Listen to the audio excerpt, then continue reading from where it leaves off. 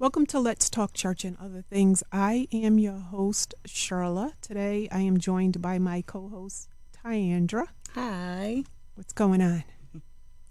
Nothing much. Work and school. Work and school. And our guest today is Bob. Hi, Bob. Hello, good evening. How are you? Excellent. That's good. Thanks for agreeing to come and speak to us today. Bob is going to talk to us a little about his military background and then his religious background and then his political background and how it all meshes together. And his educator background. He's working on his fifth degree at Providence College right now. Working on his fifth degree. I think that's a sign I need to go get the first one. It's never too late, though. It's the top of my bucket list. But anyway, hi, Bob. Thanks for being with us on today. So tell us a little bit about yourself. Sure. I am a Cranston kid. That's my hometown. Lived there my whole life, except for the time I was in the Navy as a Navy chaplain, and live there now. Married to the beautiful Marianne Mulcahy, former Marianne Mulcahy, now Marianne Lancia. She's a Providence girl, and we've been married. December will be 33 years, and we were friends 5.5 years before that. So, we've got quite the relationship, and we also make quite the team. Great. That's amazing. Hi, Marianne. She's here in the studio with us. That's amazing. 33 years. Wow. God bless you. Thank you. So, tell us a little bit about your military background. How did that come about? Sure. I actually graduated from Cranston East and went to Rhode Island College and to become an elementary school teacher.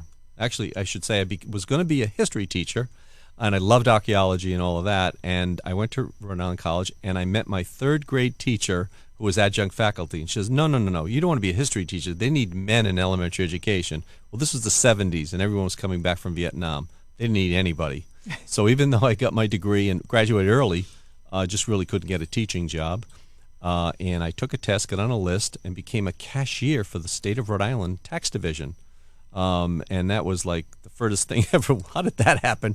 I lasted 12 years, but the upside was that's where I met my beautiful wife, Marianne. So, God had a plan. And then after 12 years, I hated it so much, but I was always a church kid from 6 years old. I did everything. These were the days you could walk up the corner to the church, right? You didn't have to worry about your health and safety. So I did Sunday school, Cub Scouts, Boy Scouts, church choir. I taught Sunday school. I was basketball. I played church league basketball. I became a church league basketball coach. And at 32, I went to my minister and said, I'd like to go to seminary. So he worked with me, and off we went. At 32, Andover Newton Theological School, Newton Center, Massachusetts. Mm-hmm. And at the same time, American Baptist, so our polity is you have hearings when people want to be ordained, and this happened to be a woman who was going to want to be ordained, and in the course of her comments, she says, I also want to be a Navy chaplain. And my stepdad was in the Navy almost 20 years. I never heard the word chaplain. Mm-hmm. So I explored it and found out, yes, there is a chaplaincy program, and I applied, and 32 was the age cutoff, and I just made it in. And so I was doing that in conjunction with seminary. And the funny part of it is they don't give scholarships to ministers, separation of church and state. But what they did do is each summer they let me go to somewhere in the country to do OJT, on-the-job training. So my first summer, I was at Marine Recruit Training Depot in San Diego working for the Marines. The next summer I was at Great Lakes outside Chicago at the Navy Recruit Training Depot. The third summer, Kings Bay, Georgia, with the nuclear submarines. The fourth summer, Mayport, Florida, where the Kennedy carrier was still there. The fifth summer, Portsmouth Naval Hospital, Portsmouth, Virginia. The sixth summer, a subtender on the pier at Norfolk. And my last summer at Newport, Rhode Island, my home state, right? Mm-hmm. That's where chaplain school is, by the way. And there were 2 ships left before they closed it all down. I loved it so much that at almost age 40, I called up Washington. I said, I'd like to come on active duty. They said, there's a ship leaving for Bosnia-Herzegovina, and if you can be on it, by Memorial Day, you're in. So wow. I did, and off we went. And it was the USS Normandy, Gotham Missile Cruiser, Staten Island, New York. And so did 6 months in the Adriatic. And the funny part of it is, being a minister, there was an opportunity to possibly go to Israel. But one of the other ships we were with, it was a NATO operation, blew an engine. So they got to go to Israel, and we got stuck out in the Adriatic. But the interesting part was, you talk about being a minister and trying to connect with young people, especially. I mean, even my captain, my ship, he calls me up to his cabin when I first report aboard. He says, "Chaplain, I know you could do your religious thing, but you're also the tours officer and the assistant morale officer. Have a good day." And so that was our conversation. And so we were out in the Adriatic, and it's going to be a long time. And by the way, this was a year that the captain decided the smoking lamp was going to be up. People were still smoking aboard ship. He decided they weren't going to be able to smoke anymore. So you're putting people under tremendous pressure and telling them they can't smoke. And I had reached out to the Lifesaver Company, and they brought me all kinds of lifesavers and stuff, trying to be helpful. But bottom line is, I went to the captain. I said, we're going to be out here for how many months? I said, they're going to go stir crazy. I said, would you allow me to do something? And he said, sure, what do you want to do? I said, I'd like to do a Saturday night variety show. And we opened a small classroom, no bigger than this room we're in. I said, because we got to do something for the crew, morale. He said, all right. He said, what would you do? I said, well, instead of Saturday Night Live, we're all familiar with it, I said, we're going to call it Normandy Night Live. And I'm going to start with Live from the Adriatic. It's Normandy Night Live. I'll write a script. I'll take a pie in the face each week. We had Elvis impersonators, bands, magicians, anybody who had any talent on the ship. And you want to talk about connecting with young people. People started coming to my services, and even the helo pilots, who were known to be pretty cocky, they came as well. So it was kind of, it was a door opener for me. So understood that. And, the other thing they do is they have you do prayers at the end of the day. So at just 10 o'clock, 2,200 hours, you do a prayer. So I'd always do a little story and then do a prayer. And it connected with the crew. I mean, it was really a great experience, and I really had a great opportunity. So, that was my introduction. So the ages of your young crew back then were like, what was the age range like? 17, 18, 19, 20, 21, 22, in that age group, they're looking for an opportunity. But then we had some, lifers too. So, but the large part of the crew was, younger. And I used to love it. They'd go, what am I doing on this ship? I could be working at McDonald's and hanging out with my friends, because, you work in a Navy, it's 24/7. Right. Right. So, yeah. So what year are we talking? 1993.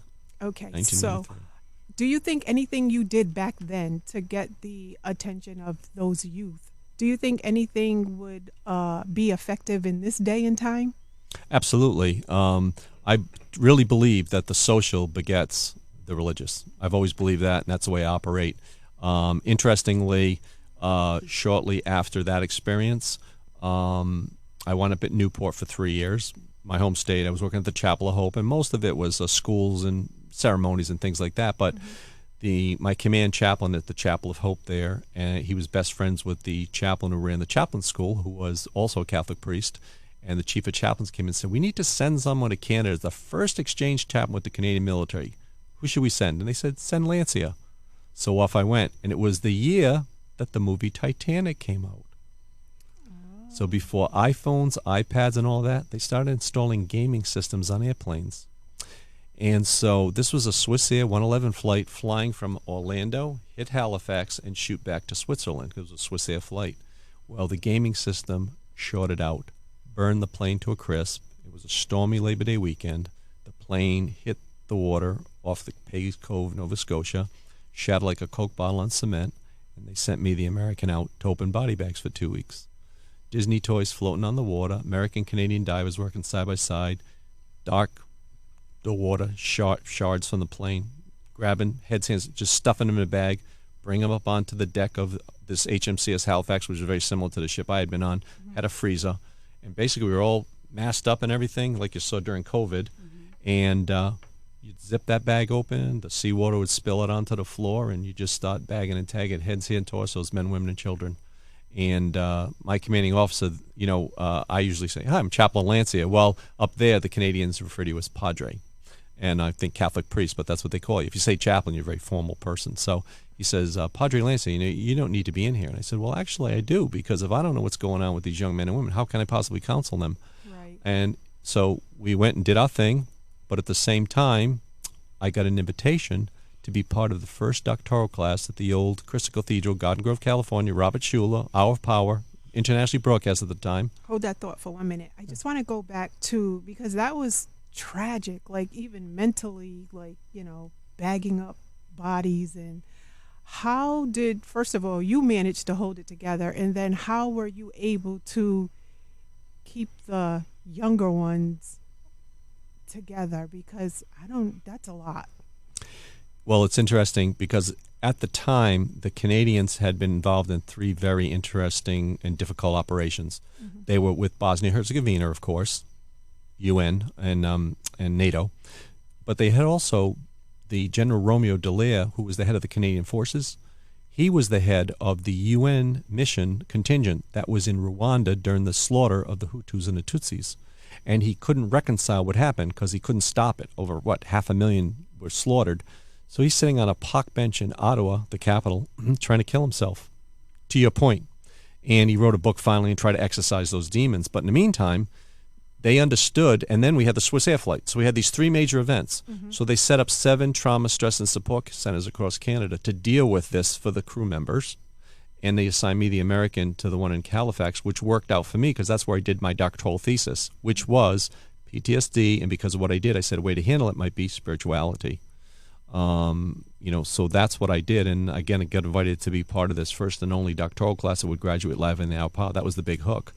But what I think a powerful lesson, to your point, is in Halifax, they were much more secular in Canada. And I started the first national prayer breakfast there. Wow. And it's unbelievable because even my Padre partners, that'll never fly, happened that the captain of the base, the commander of the base, was a Christian. He says, go for it. And we packed the place out. It was great. And they kept it going after I left. But when they had this first session in Halifax, it's all psychologists and all of this. Well, the captain, she was a female. Her sister was in seminary. She wanted a chaplain. Nobody else wanted the chaplain. So I was the guy. And they rented a hotel, rented it out, and they were meeting. And it was an important lesson I learned. They wanted to talk at the service members, and they all walked out. And they said, we will not go back into that room until you let us talk. So you know how it is, you got to be able to talk, express, share. Right. And so that was an important lesson for them. I already knew that because I was doing it on the ship, and then I was doing it, as part of that operation. Right. And walking the halls and meeting with these people and being up all night, visiting the spaces of people you don't see during the day. Mm-hmm. So important. And also offer them an opportunity to understand more about faith. And there's 3 charges when you're a Navy chaplain, and these are the 3 charges that I live my life by. Number 1, they bring you into the military to care for your own, and that would have been fellow American Baptists. The second one is to facilitate for others, Jewish, Catholic, Buddhist, Muslim, doesn't matter. Third and final charge is to care for everyone, regardless of whether they're religious or not. So, that all affects me, how I operate and how I live my life. Would you have served in the military if you didn't find out about the chaplain position, or was that like the main basis of you going to serve in the military? That was the main basis for me serving in the military. Yep, because I was a pretty religious guy, and it seemed like, and my stepdad was in almost 20 years, but it was anything I really thought about, but it seemed like an opportunity. I had not traveled much, in my life until I joined the Navy, and we got around a little bit, and in fact, my wife was able to fly over while we were over deployed in Bosnia-Herzegovina. She flew in, and my captain comes to me. He says, Chaplain, I want you to arrange a overnight bus trip to the Vatican in Rome for midnight mass on Christmas Eve. That's when Marianne flew in. And so he's Polish Catholic, she's Irish Catholic, I'm a Swedish Baptist kid. And we all went to Rome, Pope John Paul, and it was unbelievable service. And the next day we went back and we did the tour of the Vatican museums and Sistine Chapel, and it was just an unbelievable time. So, yeah. Wow. Do you have any other questions regarding the military before we move on? No. Anything else you want to add before we move on to? One more thing I will add. After I left Canada, I got assigned to Camp Lejeune, North Carolina, and I was the main base Protestant chapel pastor and the base chaplain for all 20,000 Marines. I'm in the public affairs office trying to put an ad in the base newspaper, and I'm watching the planes hit the towers, 9/11. And our general puts out the word, pack up everything you think you're going to need, get your wills in order, get your shots, we're going to war. And some of the first few service members killed were from my chapel. In fact, President and Mrs. Bush flew in, took over my fellowship hall, redecorated, repainted, covered the windows to meet with some of the first year service member families. Then it was my time to go over, and in a freak accident, I fell and blew my right shoulder apart. That was in '02. I got out in '04 as a lieutenant commander. And 2018, I had 2 more shoulder replacements. And this past year, I had a partial left knee. So, my military service, I just keep giving. So you served a total of how many years in the military? I was with the Navy from '87 to 2004. Okay, so now you're out the military and you're back in Rhode Island? Yes. Back to my hometown of Cranston. Yep. So what are we doing now? Well, we're teaching, we're pastoring, and we're running for office. So you said you're pastoring. How did that pastoring position come about? There's always opportunities. Church is always looking for pastors, so there was that opportunity. But also, I wanted to use my teaching degree. And the year before I ran for office, I actually taught an entire year in the Providence Public Schools as a day-to-day sub. Every single day for the whole year, everything from pre-K to JROTC. In fact, I was at Hope High School, back in uniform, crosses on my sleeves, walking the halls. Kids called me chaplain. That was crazy. And then it was on to the General Assembly in 2015. So, yeah. Wow. So you said you're teaching, you're pastoring, and you're running for office and eventually winning. Running for office. Yes. How did that come about? I've always had an interest in politics, even as a kid. It's just always been an interest of mine. Again, I mentioned I had wanted to be a history teacher at one point. I used to love to read biographies in 6th grade in elementary school. I couldn't get enough of them. I'd go to the library, I'd pull a biography, I'd read one after another. Always loved to know why people did what they did and how they got where they got to. So, yeah. Wow. So you decide you're going to run for political office, but so you're a pastor. Did you have someone over you? Like, was there a bishop or someone? No. American Baptist Church is it's a very loosely organized organization in terms of an individual church can be its own denomination in Baptist polity. So it happens, but it's a pretty loosely, churches kind of run themselves. Yeah. So other than your wife, because I'm sure you ran it by her, did you express that political interest to anyone else before you decided to pursue it? Well, actually, it was a matter of people recruiting me because I had run for state senate a couple of times and had lost, and I was done. And then this person reaches out to me and says, "I'd like you to run for state rep." I said, "Nope, I'm done." When was the first year that you ran? Back in 2008. Yeah, yep. And so I told him no. I told him no again. And this other person calls me, and I met with him, and I decided to run. And lo and behold, I win. And 2 years later, I won again. And I was saying we were in 2018, we were going to run against Dan McKee for lieutenant governor, but the Republican Party of Rhode Island asked me to step aside for a millionaire who had money and da-da-da. I stepped aside. He drops out 3 days later, and we're left with a candidate with no name recognition with $600 in the bank. 2020, and I run for my old state rep seat. I do lose, but again, some circumstance involved there. It's all right. People that you thought you could count on, it didn't quite work out. 2020, I ran against James Langevin and for Congress, and we actually were winning when the polls closed, 58-42. By the end of the night, 1 a.m., we were still winning 51-49, and then those darn mail-in ballots, 1:07 a.m., my 58-42 became his 58-42. But in 2022, we were going to run again, and we were sure we were going to beat him, and he drops out. So now the floodgates open, everybody's jumping in, and eventually the party comes to me again and said, "We'd like you to step aside again for somebody else." And like the good soldier, I step aside again. And it is what But you it is. wanted to be in the political field. Why did you keep stepping aside? I can think it's the good soldier mentality. There's supposed to be a better candidate, more money, better funded. So you're taking one for the team, basically. And what did the team do for you?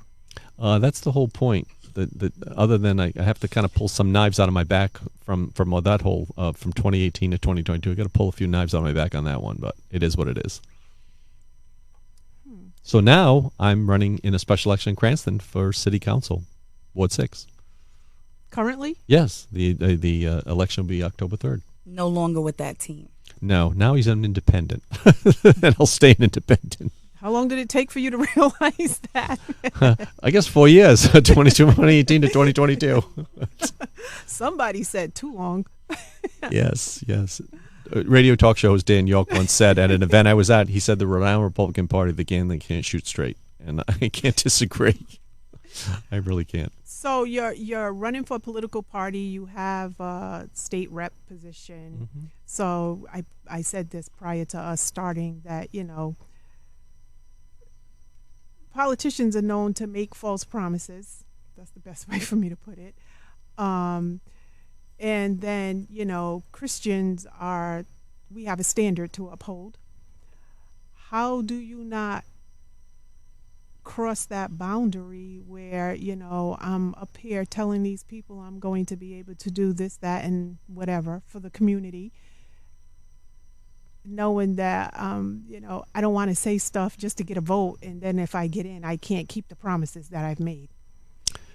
Well, that's a great question, and I think for me I never went in with a set agenda. Mm-hmm. I kind of listened and watched and interacted with people. I worked very well across the aisle. Got some good things done while I was in. I got a sex offender bill passed. I got beach fees lowered. I got half the 911 funds put into a restricted receipt account because they've been used for general funds, not for what the intended purpose was. And I fought hard for an inspector general to root out waste, fraud, and abuse. So I had a lot of success. And I think the word, as a Christian, as a church person, and I say person of faith because as a Navy chaplain I deal with so many faith groups, and I have so much respect for all the different faith groups. But the word I would say is selfishness versus selflessness. We have too many selfish people, even in all kinds of professions and walks of life and things. Too many selfish people and not enough selfless people. And I think that's a big problem in politics right now. It was a congressman from Colorado I had met a few years back, and he said, Bob, he said, when people get elected to Congress, he says, you know what the point is? You know what the goal is? I said, no, what is it? He says, to stay in Congress. He says, you know how you do that? I said, no, how? Don't do anything. Don't pass anything. Don't get involved in anything. Just keep your head down and just kind of go along. And so there's that too. But how many people have gone to Congress and they, regular people that come out multi-millionaires? We all talk about it, So that's a problem. Again, selfishness versus selflessness. We need more of that. So did you get any kickback, like negative feedback from like any congregation members? No, because I only fill in. I'm not regular pastoring. Oh, okay. Yeah, like this past week, I got a call on a Saturday night to do a service on Sunday for a Liberian congregation, so I did that. And then Wednesday of this week, I got a call from a couple of funeral homes who know me personally. Someone had specifically asked for me. His wife had passed away suddenly, and so I was doing a funeral on Friday. And then I did service this past Sunday at another church, and I'll be doing service again at another church this Sunday. Oh, nice. So you're more like an evangelist. I'm a little of everything, and then plus school just started yesterday, so it's busy, busy. But to my point with school, and we know how that goes. But I really have a heart for black and brown kids because of my work as a state rep. I served on the board, the Health Education Committee, Health, Welfare, and Education, and what I see in Providence and Central Falls and some other communities, these kids, 8 and 10% proficiency in math and English, bad. 30 years of failure according to John Hopkins report in Providence. We got a lot of work to do. And so that's why I'm actually back doing this degree, and I want to do something aspirational for young black and brown students. And to that point, this summer I took a couple very interesting classes, and we took the same classes, but really opened my eyes to a lot of things, and learned a little bit more about African American culture and all of that. And basically trying to partner up. We were filling backpacks, 15,000 backpacks 2 Saturdays ago at Sodexo Foods, and talking to some people, the mayor and head of equity, diversity, inclusion, and person from United Way, and the mayor and superintendent of schools. And I want to try to do something aspirational, maybe a program where we could maybe travel to different schools and do programs, things like that. And we also know it's the 50th anniversary of hip hop. And I would love to use that as a basis for a program. In fact, USA Today had the 50 most essential hip-hop songs. And there was an accompanying article that talked about how hip-hop influences everything from business to education. And also, there was a local vendor. It's his business. He's making 50th anniversary hip hop T-shirts. So I said, can we pull all this together, package it, create a program, something aspirational, and use this throughout the city? Because I was approached by one of my professors who said, I know who you are, I know what you've done. She said, would you help me try to create a program for middle schoolers in Providence? Because we've got the high school covered, we've got the elementary covered, but we got nothing for middle schoolers. And of course, we had that shooting a couple of weeks ago, and then we had a fight. And so I said, yeah, I'm more than happy to. So I'm talking to all the people I know. And my wife and I, we pride ourselves, a couple of white people, older white people. But my whole career in my life is we've been very involved in all of various ethnic communities. It's so important. And so we know everybody, and we're friends with everybody. So I got people I can call on and pull, resources from, I think. And we want to use that and do something special. And I think we are going to do that, I believe, So we'll see. This is going to be an interesting year for a lot of reasons. We'll see how it plays out. Wow, interesting. Do you believe that your faith helps with your position when you get into office? Absolutely. You've got to have a set of guiding principles, whatever those principles are. And I think this is one of the problems. I physically read 4 newspapers a day. I read the Wall Street Journal, Boston Globe, USA Today, and Providence Journal. How do you keep up with him?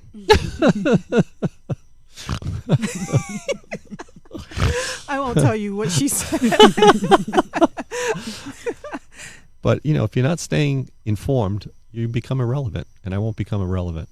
And and I find all these ideas and things and statistics and information that's useful. And but today in the Boston Globe, there was an article about young people, rioting at the mall in South Shore Plaza, downtown Boston at the AMC, Boston Commons 19, and they're talking about young people and the issues and what are we going to do and how we, and this is where we are, and we've got to find a way to deal with this. And for me, I think faith plays a part in that, and I think it's what we're missing over time, and churches are dying. The largest group right now in America is nuns, Nones, unchurched, and who don't care. That's where we are. I thought he was talking about nuns. You're thinking Nuns, right? No, Nones, nuns. And that's the biggest group in America right now. And we've got to address that because, where do we get our morals and values from? Who's teaching us? That's the challenge. And young people, I think a lot of them are adrift. Have you ever tried to do something with the other, African-American pastors and leaders within the Providence community? Not yet, because that just hasn't been something that really had been something that until now that I would probably want to do. But my wife and I, we always go to the different events like the Latino Dollars for Scholars Dinner. We go to the Martin Luther King breakfast, scholarship breakfast they do every year. We've got some more events that are coming up recently. And so we get to know people. And then, when we have the opportunity where we see something where we could pull people together, but that would be something I would love to do as part of this program we'd like to work on. And this young lady sitting next to me probably is going to help me too. And so people are probably wondering, how does he know her? Me and Bob take classes together with.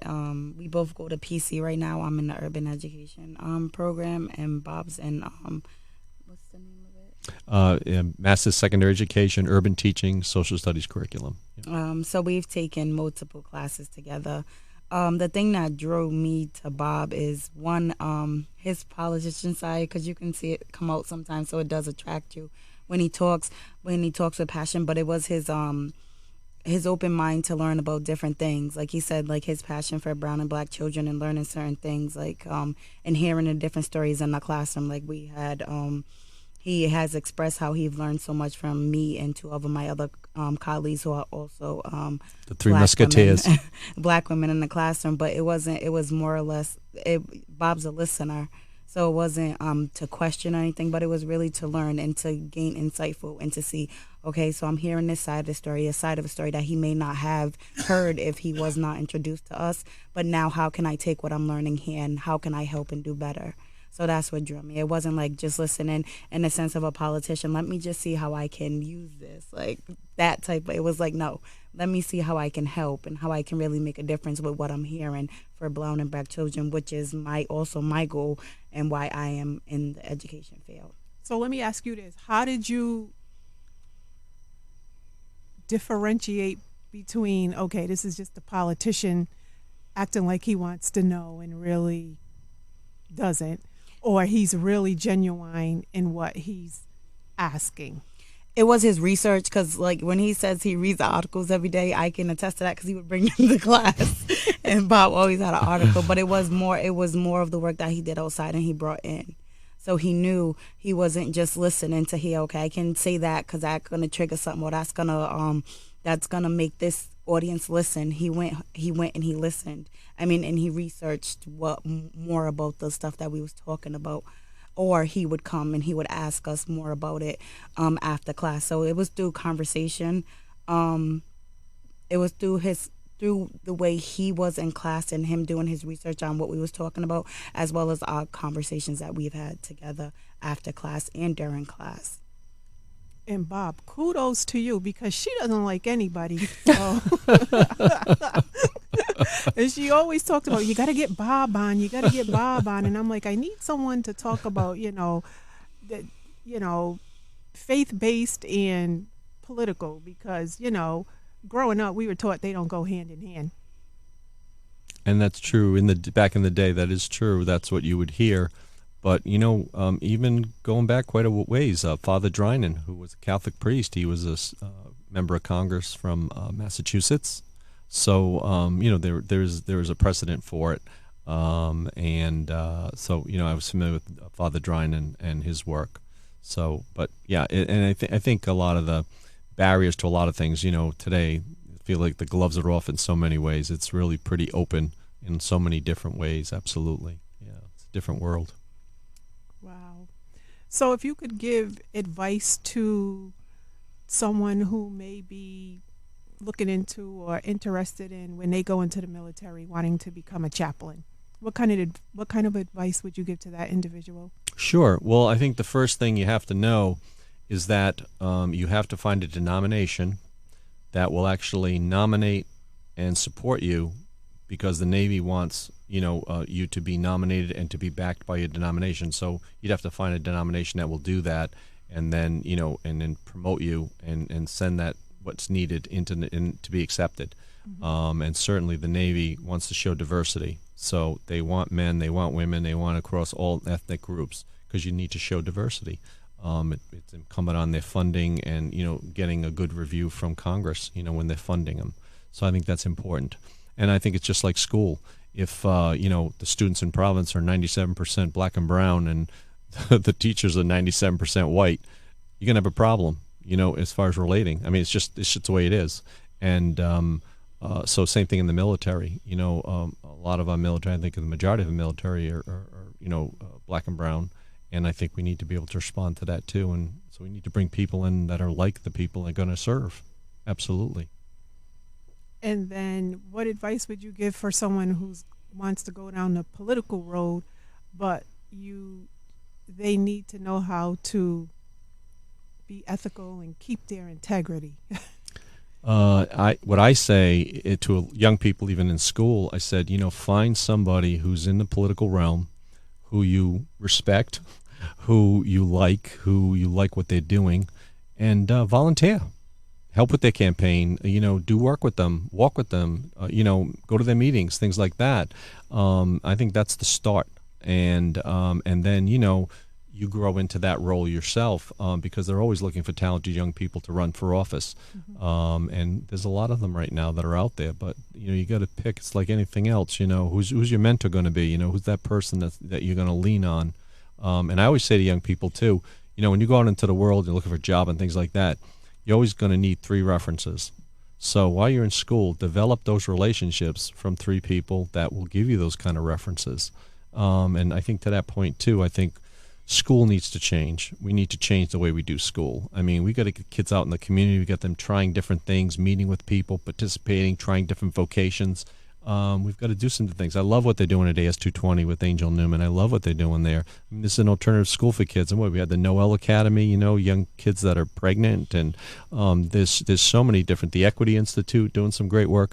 There's so many great organizations. And we got to plug these kids into these organizations, get these organizations into our schools. And and then life's hard. A lot of broken families, a lot of situations, multiple, say, fathers or mothers or whatever. So it's not an intact nuclear family. We've got to recognize that. We've got to be available to these kids. And the other problem is we don't have enough trained people. We don't have enough trained teachers. We don't have trained behavioral therapists. All these kinds of social workers.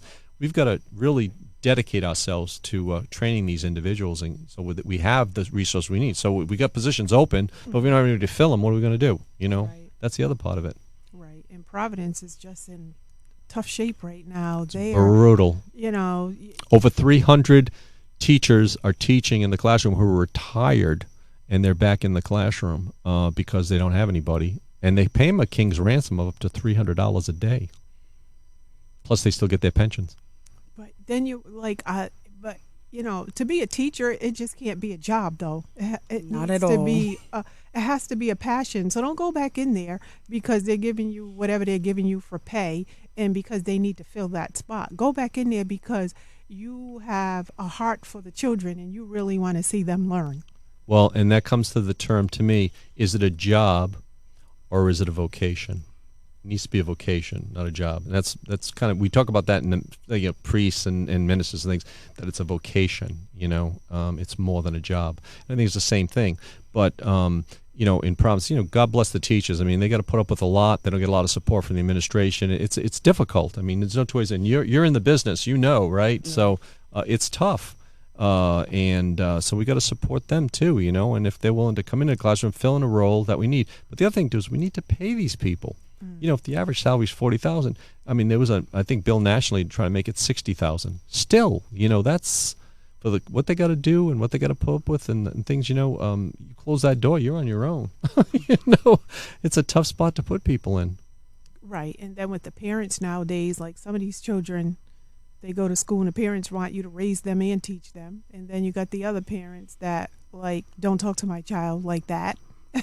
So it's like teachers are put in a tough position. Well, I mean, you got to be so many things. You got to be a social worker. You got to be a mental health counselor. It's just not just teaching reading, writing, and arithmetic. You've got so much on your plate. That's what I'm saying. It's a tough job. So appreciate these teachers coming back out of retirement. Appreciate doing what they can do. And God bless them. We pay them what we can. But we need to get those teachers in the door, trained properly, who are ready to go. And that minimum salary, I would say, that $60,000 should be minimum. And get these people trained and have them ready. And they're going to have to do all kinds of things. One of our classes, it was a trauma class, right? And, understanding over 50% of adults have been through some form of trauma. Never mind the kids, And so we as educators have to learn about trauma-informed teaching, So it's the hats we have to wear. It's ridiculous, But it is what it is. And if you sign up for it, it's like the military.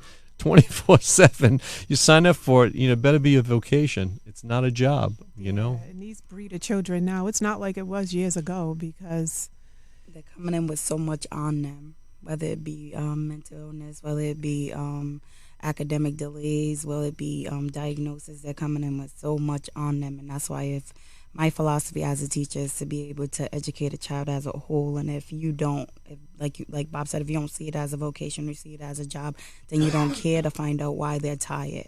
Like, I understand that they're tired because something's going on at home, or know what triggered them, or the trauma that they went through, or understanding your trauma so that your trauma doesn't trigger you and you in turn trigger them. And I think that's what a lot of teachers need. That when we talk about training, that's the type of training that they need to understand, that although we just signed up to do academics, that we can't, because there's no way I can educate a dysregulated child. And if I don't keep in the back of my mind or the front of my mind that I have to educate this child as a whole, and I have to be aware of these traumas, I have to be aware of these maybe mental illnesses or these diagnoses, then I can't be a teacher. And I think that's what some of the teachers are missing. Like Bob said, I commend them for coming back because we need them in these positions need to be filled. I just wish they were coming back with it in their heart and really wanting to do the work and understand. And that would be our hope, whoever those teachers are. And I don't know any of them personally. I'm not just casting any dispersions. Clearly, anybody's coming back, I'm going to assume they're coming back for that because they have that heart. And Tandra, too, your work and what you shared in class, with the situations you have and parents in the school.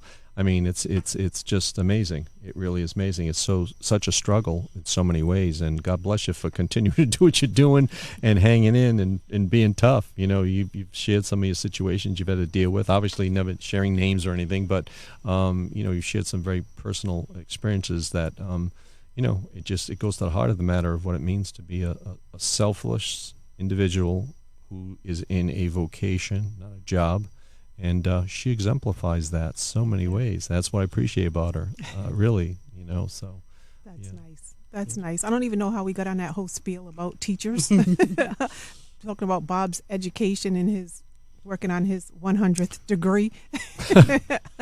Well, I think it goes back to, where young people today are getting their morals, their values, where they're being trained. And I think to the point, it's not churches because, again, that group, the largest group is those not participating at all. And we see that. And churches are, they're closing all over the place. Even, I don't care whether it's, just it goes across all denominations, unfortunately. And so where are kids going to get their morals and values from? That's the challenge. Right. We need a lot more Bobs around. A lot more. And a lot more Tyandras, too, there. And if anyone's listening and you're in the Providence, Rhode Island area and you're a teacher and are looking for employment, come on down and inquire because they definitely could use some teachers. School's opening next week. Yeah, there's so many openings, and for a lot of reasons, Providence, we're taken over by the state, and so there's a lot going on there right now, and a lot of the teachers have left the system. They've either retired or they've moved to other systems because it is so challenging in Providence right now. They're trying to set a new course, and it's a challenge. It's a challenge. It is. Well, Bob, it's been a pleasure. Is there anything you would like to add before we wrap this up? No, basically, I think, looking hopefully to do something special and aspirational, try to get something going in Providence. And I know Dr. Anye, who is the Inclusion, Diversity, Equity Officer in Providence, I got a chance to meet her and be with her a little bit. They were running a program at Brown University the last couple of weeks. I guess it was off a program they started called Respect, but I think they grabbed 3 students, I think, from each middle and high school in Providence and brought them all to Friedman right here at Brown. And they work on it for 2 weeks on a lot of things. And it's a starting point, I think, to create leaders and also to connect with them in different ways. So 63 young people for 2 weeks, and they were committed to this and exciting, and they're going to continue through the year. And this is the kind of thing I'd love to plug into. Because I think this is cutting edge. This is where we need to be. So I'm excited about that. I'm excited to hopefully be working with Dr. Anye and, again, the superintendent, Providence Public Schools, and some of the subject matter experts and some of the cool people around Providence that are doing so many great programs, whether it's Play for Peace Tour or young man, Guns Down, Gloves On, another young man trying to start a fashion line and trying to work with kids with sports. Midnight basketball leagues. There's so many things that we can be doing. I have this Indian woman. She's from India. She's a friend of mine. Again, we're in different communities. She works for the Dell Corporation. She's out of Massachusetts. She has nerdy girls. She has mentoring, and she has a coding class that she does. And she said, Bob, I'm willing to come down to Rhode Island and try to help you implement something in Providence. So, this kind of stuff we need to be doing. And it's exciting, what we can possibly accomplish. But it's a matter of knowing these people, getting around, getting to know people, and then, pulling these resources together. And we work as a team, even the 3 of us sitting here, and Marianne, too. She's right back there. 4 of us. And our cameraman, too. We bring everybody in. Well, he's a little bit more than the cameraman. He's the man behind this mic on Mondays and Tuesdays. Yeah, he DJs and does his own radio show. Yeah. Yeah, so, but he knows a lot. He sure does. We had a nice conversation before you got here, yes. Yeah. And for those that live in Cranston, what political office are you running for? There's a special election, Ward 6, and it's going to be on October 3rd, and doing a couple of things. I'm going to have a fundraiser over at Cello's in Cranston on the 12th, and going to hopefully maybe do a press conference on Friday. We'll see, and maybe another one a little after that, and just get the issues out there, and again, connecting with the constituents and trying to do something special for kids, and just like we're trying to do here in Providence. So, yeah. Nice. It's been a pleasure. You have anything else to say, Tyandra? Vote for Bob. We need to find somebody's Creston address. Well, my brother lives in Creston. I'll tell him to vote. So do you use social media at all? I have 2 Facebook accounts, LinkedIn, Instagram, and Twitter. Okay, so how about you drop your socials? Sure. In LinkedIn, it's Robert Lancia on LinkedIn. On Instagram, it's Chaplain Lancia. On Twitter, it's Lancia4RI. And on Facebook, you got Robert B. Lancia, and then you got Lancia4RI as well. So for those who are listening and are like, okay, how do we spell Lancia? Would you like to spell that, Sure. please? Yeah. And, it's so funny in Newport, they like the import cars. And when I went to when I went to Italy, they had a Lancia car dealership on every corner. But over there, they say Lancia. Lancia in the old country, but it's Lancia. CIA. Yes. When they look at me, when I go into class, they go, "Oh, you must be French, Lancia, Lancier." No. I'm an Italian stepchild. It's Lancia, Lancia, Lancia. So. And yeah. I would have spelled it the CIER. That's what I was. Everybody does. So I don't look Italian because I'm an Italian stepchild, but very proud of my stepdad and his heritage. You want to drop your socials? On Facebook, Tylen Roderick, and then on Instagram, Top Tier T in 2 underscores. And you can find me on the book at Sherla White, on Insta at ms_Sherla.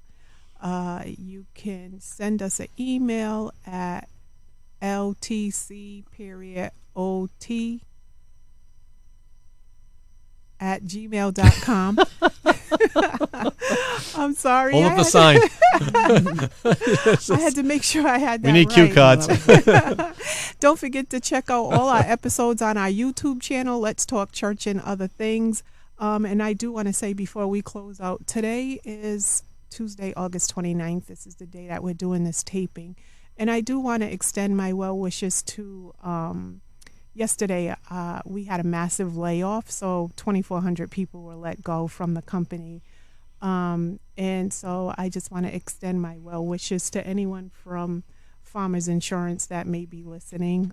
We'll definitely be keeping you in our prayers, both for your strength, for your mental strength. And we just pray that God opens up another door and that, you won't lack for anything. So again, I extend my well wishes to those 2,400 employees, and some of them were friends of mine, and I didn't find out until today. So the past couple of days has been a little tough, but I'm thankful that I still have a position. But if you're a caring person, you always feel bad for someone else. But until next time,